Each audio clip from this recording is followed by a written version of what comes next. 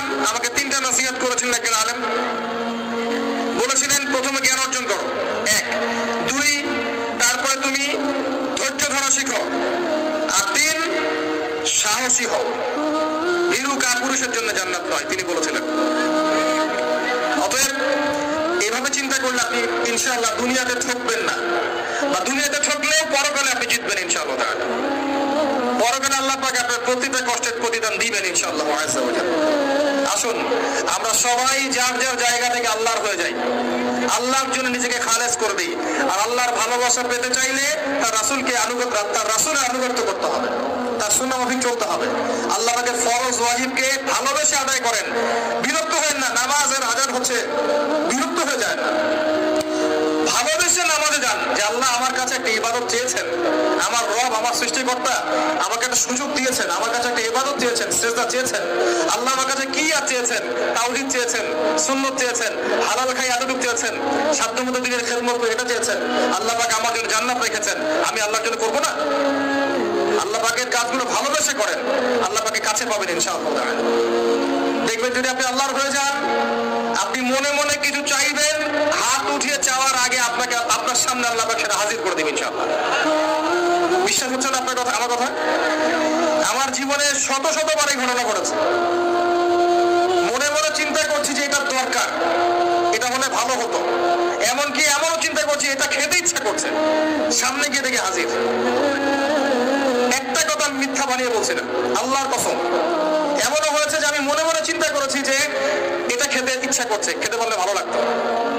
যেখানে গিয়েছি দেখি সেই বাড়ির মালিক খেতে সার্ভ করেছে। এমন একটা ঘটনা আপনাকে বলি যে আমি এক জায়গায় যাচ্ছি, জিজ্ঞাসা করছি যে কি রান্না করছে, বলছে খিচুড়ি রান্না করছে। ঠিক আছে, খুব খুশি, খিচুড়ি খাবো বাসায় গিয়ে। কোন একটা কারণে রাস্তায় আমার একটা বিপদ হলো। বিপদ হওয়ার পরে আমি বাসায় যেতে পারলাম না, কোন একটা জায়গায় আমাকে থাকতে হলো অল্প সময়। সেখানে আমার পরিচিত তিনি ভাই, সে আমাকে বলছে কিছু খেয়ে নেন। ঠিক আছে, কি আছে নিয়ে আসেন।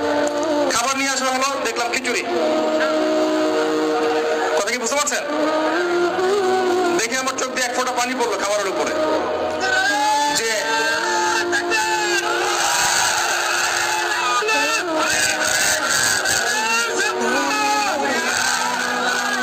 আল্লাহ পাক এতই কাছে, এতই কাছে। যদি আপনি আল্লাহর হয়ে যান, আল্লাহর জন্য খালেস করে ফেলেন নিজেকে, আপনি দেখবেন আপনি যা চাচ্ছেন আল্লাহ পাক আপনার মনের কথা শুনে নেবেন, আপনার সামনে হাজির করে দিবেন ইনশাআল্লাহ।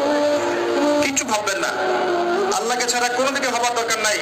আল্লাহ দিন আজকে একটা চরম অবমাননাকর জায়গার মধ্যে আছে, আপনি বুঝতে পারছেন না। 2 চোখ দিয়ে দেখেন, সারা বিশ্বের প্রেক্ষাপটের সাথে মুসলিমদের অবস্থা মেলান, দেখবেন আমরা আর সে আগের জায়গায় নাই। আমাদের অবস্থা এখন ভালো নয়, প্রত্যেকটা দিক থেকেই ভালো নয়। ধর্মের ক্ষেত্রে না, ইকোনমিক্সে না, পলিটিক্সে না, জিও পলিটিক্সে না, সোশ্যালি না, সংস্কৃতিতে না, কোনো ক্ষেত্রেই নাই। আমরা সে আগের জায়গায় নাই এখন আর। এই জায়গায় রিগেইন করতে হলে আমাদেরকে বেসিক কাজগুলো করতে হবে। আবার নামাজি হতে হবে, আমাদেরকে আবার রোজা রাখতে হবে, আবার দিনের খেদমতের চেষ্টা করতে হবে, কোরআন শিখতে হবে, আবারও সুন্নায় ফিরে আসতে হবে। ইনশাআল্লাহ তাআলা দেখবেন আস্তে আস্তে আস্তে আস্তে এমন প্রজন্ম গড়ে উঠবে যারা ইসলামের পতাকা নিয়ে সামনে এগিয়ে যাবে ইনশাআল্লাহ। আসেন, আপনাকে আমি পারিবারিক বিষয়গুলো আর বেশি বলতে চাচ্ছি না আজকে। আরেকদিন ইনশাআল্লাহ আমি টোটাল লেকচারটাই আদর্শ ইসলামিক পরিবার এবং সমকালীন ফিতনাগুলোর উপর দিব ইনশাআল্লাহ। সামনে যান, ফিতনা আপনার অর্থনীতির মধ্যে আছে। খুব কম মানুষ আছে আমাদের এখানে যারা অর্থনৈতিক জীবনে হালাল খাচ্ছে, ম্যাক্সিমাম সুদ খাচ্ছে, অনেকেই ঘুষ খাচ্ছি আমরা, অনেকেই দুর্নীতি করছি, অনেকে ঠকবাজি করছি, অনেকে মানুষের হক নষ্ট করছি, করছি না? কারো রিজিকে যদি একটা টাকা এরকম হারাম চলে আসে, এই রিজিক দিয়ে আল্লাহর ইবাদত করলে ইবাদত কবুল হবে না। খুব সাবধান। নবীজি আগেই বলেছিলেন সাল্লাল্লাহু আলাইহি ওয়াসাল্লাম, যে সুদ খায়, যে সুদ দেয়, যে সাক্ষী থাকে, যে লিখে রাখে, সবাই সমান অপরাধী। দিব্যি আমরা খাচ্ছি। নবীজি বলেছিলেন সাল্লাল্লাহু আলাইহি ওয়াসাল্লাম, যেটা মায়ের সাথে জিনা করার মতো অপরাধ এবং আল্লাহ এবং তার রাসূলের সাথে যুদ্ধ করার মতো অপরাধ, দিব্যি আমরা খাচ্ছি, দিব্যি খাচ্ছি। পরোয়াই নেই কোনো। 1 দিরহাম সুদ খেলে নবীজি বলেছেন সাল্লাল্লাহু আলাইহি ওয়াসাল্লাম 36 বার জিনার পাপ হয়, 36 বার। দিব্যি খাচ্ছি, কোনো পরোয়া নাই। তবে আলহামদুলিল্লাহ এখন এই কথাগুলো শুনে অনেক মানুষ সুদি কারবার থেকে সরে এসেছেন, আমি জানি। আমি দোয়া করি মন থেকে আল্লাহ পাক তাদেরকে বেহিসাব রিজিক দান করুন। রিজিকের মালিক কে ভাই? আমি যদি মনে করি যে আমি সুদি কারবার না ছাড়লে আমার রিজিক কমে যাবে, তাহলে আমি মনে করছি রিজিকের মালিক আমি নিজেই, তাই নয় কি? আল্লাহর উপর তাওয়াক্কুল করে ছেড়ে দিয়ে দেখেন, আল্লাহ পাক আপনার জন্য আসমান জমিনের বরকতের দরজা খুলে দেবেন ইনশাআল্লাহ। বিশ্বাস করছেন না আমার কথা? রিজিক কার হাতে? সমুদ্রের নিচে কোটি কোটি মাখলুক আছে, কে খাওয়ায়? এই জমিনের উপরে কোটি কোটি কীটপতঙ্গ আছে, কে খাওয়ায়? আপনি কি 10টা হাতির দায়িত্ব নিতে পারবেন? এই শত শত হাতিকে কে খাওয়ায়? গবাদি পশুকে কে খাওয়ায়? জীবজন্তুকে কে খাওয়ায়? এই পৃথিবীতে কোনো মানুষ না খেয়ে মারা যেত না যদি তারা আল্লাহর বিধান অনুযায়ী অর্থনৈতিক জীবন পরিচালিত করত। যদি ওরা সুদ না খেত, সুদ খাওয়ার পর রিজিক কমে গেছে, আর তারা যদি যাকাতটা ঠিক মতো দিত, তাহলে দেখতেন দারিদ্রতা বলে কিছু থাকতো না।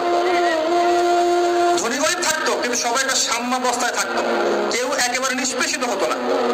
কারণ যাকাত এবং ব্যবসার মধ্য দিয়ে টাকা পয়সা ঘুরতে থাকে, এক হাত থেকে আরেক হাতে যেতে থাকে। আর রিবার মধ্য দিয়ে টাকা পয়সা এক শ্রেণীর মানুষের হাতে চলে যায়, ধনীদের হাতে চলে যায়, আর গরিবরা আস্তে আস্তে দারিদ্রতার অতল তলে যেতে থাকে। আপনার অর্থনৈতিক জীবন ঠিক নাই, দেখবেন এখানে ফিতনার শেষ নাই। অন্যদিকে আসেন, আপনি সামাজিক ভাবে দেখেন, সামাজিক জীবনে ফিতনার শেষ নাই। খেয়াল করে দেখেন আত্মীয়তার সম্পর্কগুলো নষ্ট হয়ে যাচ্ছে। খেয়াল করে দেখেন এখন টাকার জন্য সন্তান বাবাকে হত্যা করে, সন্তান মাকে হত্যা করে, ভাই ভাইকে হত্যা করে, বোন বোনকেও হত্যা করছে। প্রতিবেশীর হক আমরা দিতে পারছি না, আত্মীয়তার হক দিতে পারছি না। জমি নিয়ে দ্বন্দ্ব, বাড়ির সীমানা নিয়ে দ্বন্দ্ব, ব্যবসা নিয়ে দ্বন্দ্ব, দ্বন্দ্বের শেষ নাই। এটা সোশ্যাল জীবনে হচ্ছে। আবার ইকোনমিক সেকশনে এমনও হচ্ছে, ব্যবসা করছি হালাল মনে করে, এখানে সুযোগ বুঝে সিন্ডিকেট করছি, মজুতদারি করছি, ইচ্ছা করে দাম বাড়িয়ে দিচ্ছি, মানুষকে বিব্রত করছি, গভর্নমেন্টকে বিব্রত করছি। করছি এখন আমরা কৃত্রিম সংকট তৈরি করছি, মাপে কম দিচ্ছি, মাপে কম দিচ্ছি, ব্যবসা করছি মাপে কম দিচ্ছি। অমুসলিম ব্যবসা করছে, মাপে সঠিক দিচ্ছে। অমুসলিম ব্যবসা করছে, মাপে সঠিক দিচ্ছে। অমুসলিম ব্যবসায়ী সিন্ডিকেট করছে না। একজন হিন্দু ব্যবসায়ী, আল্লাহ পাক তাকে হেদায়েত করুক, সে মাপে কম দিচ্ছে না, সিন্ডিকেট করছে না, কৃত্রিম সংকট তৈরি করছে না, মুসলিমরা করছে। রমজান মাসকে কেন্দ্র করে মুসলিমরা ব্যবসা করে নিচ্ছে, সুবহানাল্লাহ।